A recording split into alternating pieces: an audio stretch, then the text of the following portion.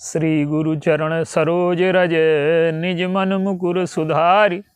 वर्णहु रघुबर विमल जस जो दायक फल चार। बोलिए सियावर रामचंद्र की जय। सिय राम मैं सब जग जानी, करऊं प्रणाम जोर जुग पानी। आइए, भगवान राम का जो विवाह है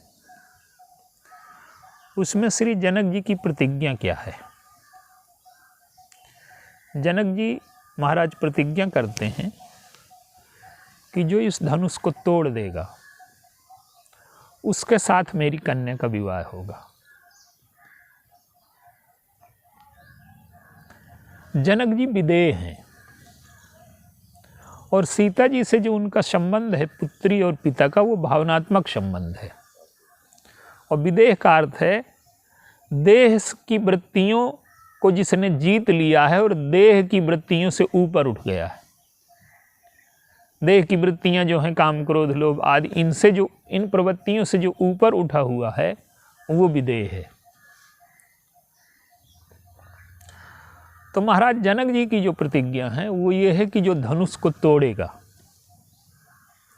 उसके साथ श्री सीता जी का विवाह होगा। अब देखिए, धनुष को तोड़ना कोई बाहर से लगता है कि युक्ति संगत नहीं। बंदूक है तो आप निशाना लगाइए उसका, और बंदूक को तोड़ने का क्या अर्थ है।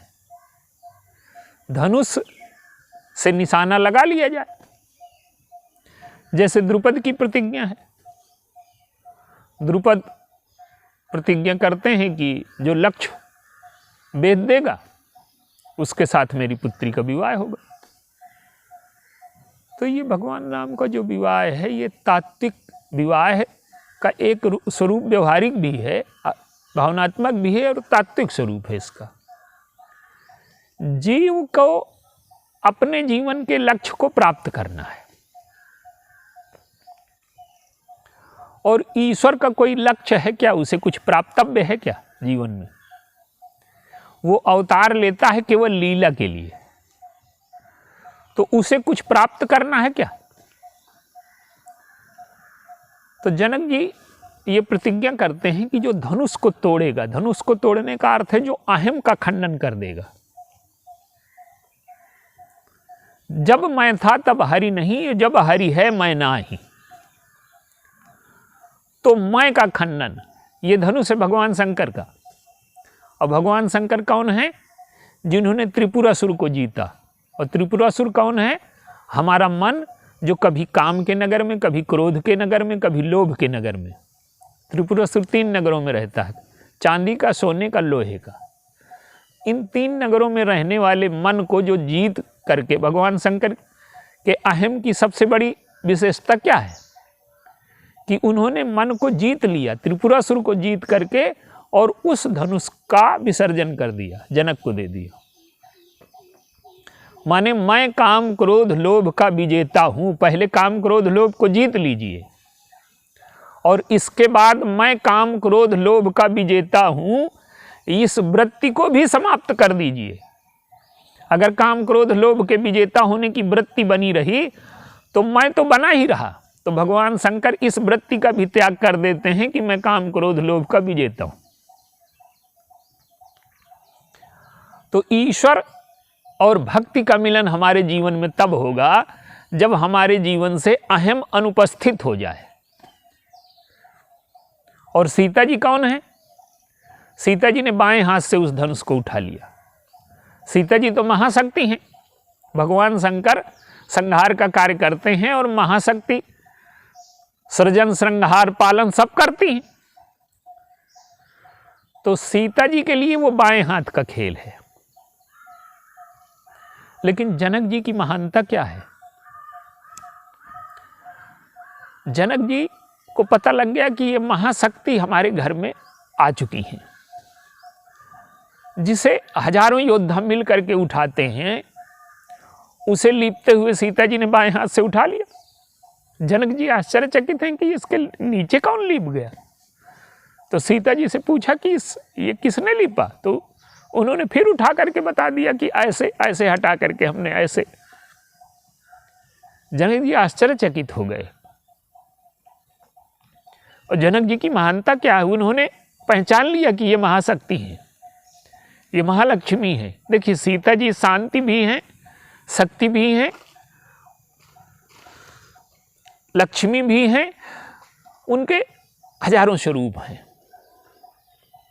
तो जनक जी कहते हैं कि ये महाशक्ति हमारे घर में आ गई है और शक्तिमान आए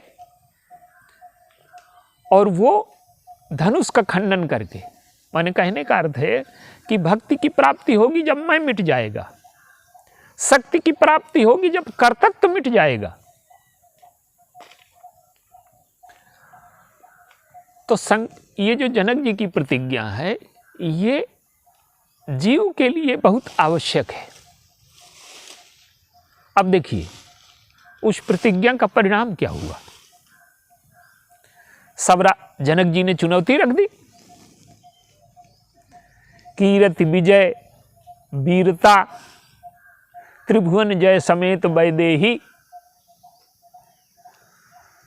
तो जनक जी के बंदियों ने प्रतिज्ञा कर दी कि जो इस धनुष को तोड़ देगा उसे सब मिल जाएगा। अब देखिए जनक जी महान निष्काम हैं, उन्हें कुछ चाहिए नहीं।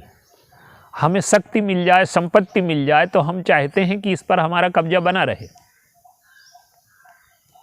और जनक जी चाहते हैं कि जिनकी वस्तु है उन्हें हम सौंप दें। माने जीवन में हमें जो कुछ भी मिला है, शक्ति है, सामर्थ्य है, धन है, दौलत है, ये सब ईश्वर का दिया हुआ है और हमें संयोग से मिला हुआ है। लेकिन हम इसको अपना मान करके जीवन में समस्याएं खड़ी कर लेते हैं। और जनक जी इतने महान हैं कि ईश्वर से जो कुछ मिला ईश्वर को ही सौंपने को तैयार हैं। वो चूंकि देह से ऊपर उठे हुए हैं, तो अब सारे राजा धनुष को तोड़ने के लिए चलते हैं, भगवान राम नहीं चलते। क्यों? कि कर्म, देखिए यहां तो धनुष को उठाना भी है, खींचना भी है और तोड़ना भी है। उठाना कर्म योग है, खींचना भक्ति योग है और तोड़ देना ज्ञान योग है। अब कोई राजा धनुष को तोड़ने में समर्थ नहीं हो पाया। क्यों? कि जितने राजा गए वो मैं को स्वीकार करके गए, मैं तोड़ने जा रहा हूं। तो क्षुद्रमय से विराटमय कैसे टूटेगा? राजा समर्थ हो गए। और भगवान राम कब धनुष तोड़ने के लिए उठे? दो घटनाएं पहले घटी तब धनुष तोड़ने के लिए भगवान राम उठे। पहले तो जनक जी की प्रतिज्ञा और जनक जी का आयोजन समाप्त हो गया। जिन्हें पाने का लालच था, जो कर्तव्य तो स्वीकार करके आए थे, वो सब निराश हो गए। तो अब जनक जी की प्रतिज्ञा ही धनुष भंग की सबसे बड़ी बाधा है। जनक जी को फटकारा लक्ष्मण जी ने। जनक जी कहते हैं काहू काहे लाभ न भावा और काहू न शंकर चाप चढ़ावा। जनक जी तो विदेह हैं, वैराग्यवान हैं, पर शंकर वो लक्ष्मण जी तो साक्षात वैराग्य हैं। वो कहते हैं कि आप वैरागी हैं, त्यागी हैं, निष्काम हैं, महापुरुष हैं, बहुत अच्छी बात है। लेकिन क्या इसका अर्थ ये है कि सारा संसार सकाम है? क्या आप जैसा कोई नहीं हो सकता कि जिसमें शक्ति सामर्थ्य तो हो पर पाने का लालच ना हो? लक्ष्मण जी ने जब जनक जी को फटकारा, इसके बाद विश्वामित्र जी ने भगवान राम को आदेश दिया। और विश्वामित्र जी जो जनक की प्रतिज्ञा है उसके लिए आदेश नहीं देते। जनक की प्रतिज्ञा तो ये थी कि जो इसको तोड़ देगा वो त्रिभुवन की जय और सीता जी को पा जाएगा। लेकिन विश्वामित्र जी कहते हैं कि उठहु राम भंजहु भव चापू और मेटहु तात जनक परिताप। कर्म हम इसलिए न करें कि हमें कुछ मिल जाए, कर्म हम इसलिए करें कि दूसरे की पीड़ा मिट जाए। देखिए 3 दर्शन हैं हमारे। एक जनकपुर का दर्शन है, एक अयोध्या का दर्शन है और एक लंका का दर्शन है। जनकपुर का दर्शन विदेहों का दर्शन है, देह से ऊपर की वृत्ति है। हमारे जो शास्त्र हैं ना, ये सुप्रीम साइंस हैं और इनका प्रयोग हमें अपने जीवन में करना है। ये प्रैक्टिकल के ग्रंथ हैं। हम अपने जीवन में अगर इनका प्रयोग करके जैसा उसमें लिखा है वैसा करके दिखा दिया हमने, तो वही स्थिति हमें प्राप्त हो जाएगी जो उन महापुरुषों को प्राप्त हुई। तो जब जनक जी की प्रतिज्ञा समाप्त हो गई, तजहु आस निज निज गृह जाहू और लिखा न विधि वैदेह विवाहु। तो जनक जी की जो प्रतिज्ञा बाधा थी वो दूर हो गई। अब विश्वामित्र जी ने कहा कि तोड़ो, जनक का दुख मिट जाए इसलिए तोड़ो। तो कर्म कर्तृत्व रहित होकर के किया गया, मैं को छोड़ करके किया गया, और जो कर्म मैं को छोड़ करके किया जाएगा वही शक्ति को बंधन से मुक्त करेगा।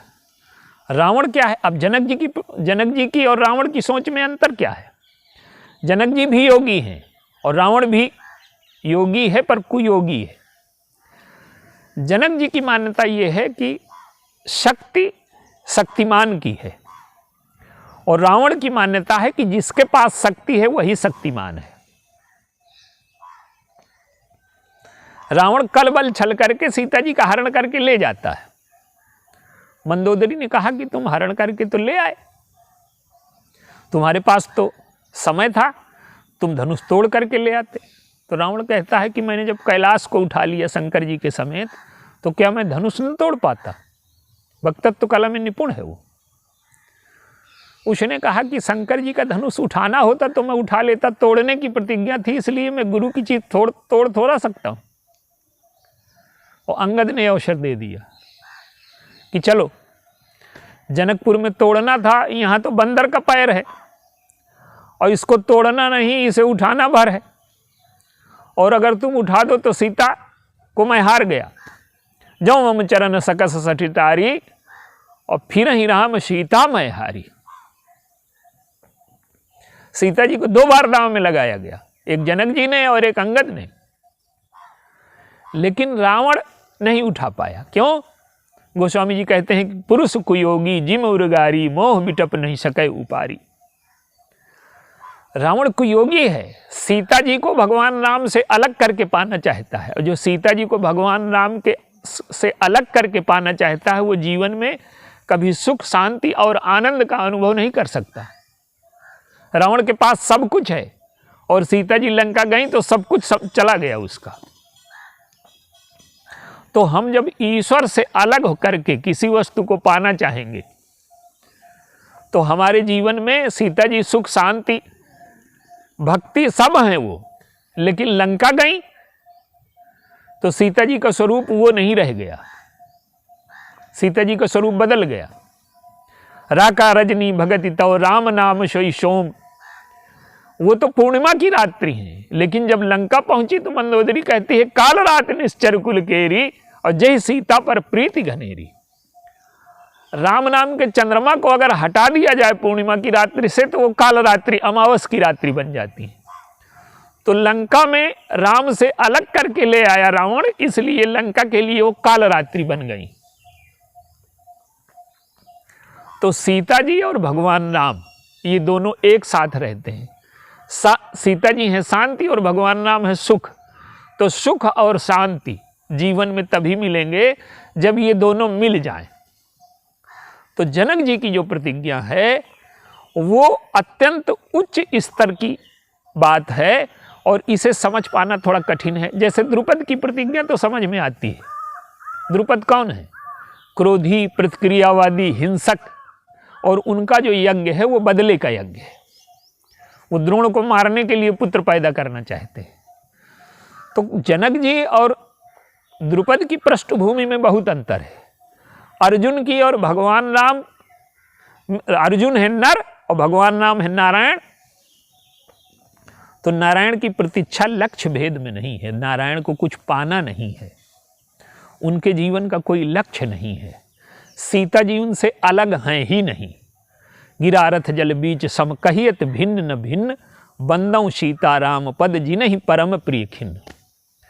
तो भगवान राम क्या करते हैं कि लंका का जो जीवन दर्शन है ये जीवन को नष्ट करने वाला है, क्योंकि लंका में लेन देन की क्रिया बड़ी गलत है। लंका क्या है? सब छीन करके पाया गया, दूसरों को सता करके पाया गया, दूसरों को मार करके छीना गया, दूसरों को नष्ट करके जय जय देश धेनु दुज पावहु नगर गांवपुर आग लगाओ। तो जब लंका का जीवन दर्शन हम अपना लेते हैं तो हमारे जीवन से सुख शांति आनंद सब चला जाता है। और दूसरा दर्शन है अयोध्या का। यहाँ विदेह नगर नहीं है, विदेह जैसी उच्चता सब में नहीं आ सकती, जनकपुर जैसा सब कोई नहीं हो सकता। जनकपुर तो जब देह से ऊपर उठ गया व्यक्ति तो असद वृत्ति का वहाँ लेस नहीं रह गया। गोस्वामी जी कहते हैं कि पुर नर नारी सुभग सुचि संता और धर्मशील ज्ञानी गुणवंता। वहाँ एक भी असंत नहीं है। अयोध्या बड़ा श्रेष्ठ नगर है, लेकिन एक असंत है वहाँ मंथरा। जनकपुर में असंत बहुत हैं, लेकिन 2-4 संत भी हैं। त्रिजटा है, विभीषण है, माल्यवान है, मंदोदरी है। ये सब रावण को समझाने का प्रयास करते हैं। तो जो हमारा भगवान राम ने जिस नगर को चुना वो अयोध्या है। माने देह से सब ऊपर नहीं उठ सकते, लेकिन देह की प्रवृत्तियों का सदुपयोग करते हुए हम कैसे जीवन की पूर्णता तक पहुंच जाएं। और सीता जी को पाने का अर्थ है भक्ति को पाना, शांति को पाना, शक्ति को पाना। और ये तभी संभव है जब ये भगवान राम के साथ हमें उपलब्ध हो। तो जनक जी की जो प्रतिज्ञा है वो अत्यंत श्रेष्ठ है कि जो वस्तुएं हमें मिली हुई हैं, ये जनक जी की ही बात नहीं है, ये सब की बात है कि जो वस्तुएं हमें मिली हुई हैं ये सब ईश्वर की देन है। और इसका उपयोग करते हुए हमें इसका स्वामी नहीं बनना। शक्ति के पुत्र अनेक हो सकते हैं पर स्वामी कोई नहीं हो सकता। सीता जी शक्ति हैं तो उनके पुत्र हो सकते हैं, हम ईश्वर के पुत्र हो सकते हैं, लेकिन शक्ति का जो स्वामी बनने की चेष्टा करेगा, आज विश्व में यही हो रहा है। शक्ति का स्वामी बनने की चेष्टा में ही संहार की ओर विश्व बढ़ रहा है। जब व्यक्ति शक्ति का, संपत्ति का, धन का, वैभव का स्वामी अपने को मान लेता है तो वो रावण के मार्ग पर चल चुकता है। तो अयोध्या में भी सीता जी हैं, जनकपुर में भी सीता जी हैं, लंका में भी हैं सीता जी। अयोध्या में उनका नाता पुत्री का है, वो जनकपुर में उनका नाता पुत्री का है। अयोध्या में किसी की बहू हैं, किसी की भाभी हैं, किसी की माँ है। तो हम सीता जी से कौन सा नाता जोड़ें? पुत्र का। तो हमें ईश्वर से जो उपलब्ध हुआ है वो सीता जी के पुत्र बन करके हम पा सकते हैं। माँ के पुत्र तो अनेक हो सकते हैं पर स्वामी एक होता है। तो जनक जी की जो प्रतिज्ञा है वो बड़ी सारगर्भित है और इसे हम अपने जीवन में समझें और उतारें। यही जनक जी की प्रतिज्ञा का अर्थ है। बोलिए सियावर।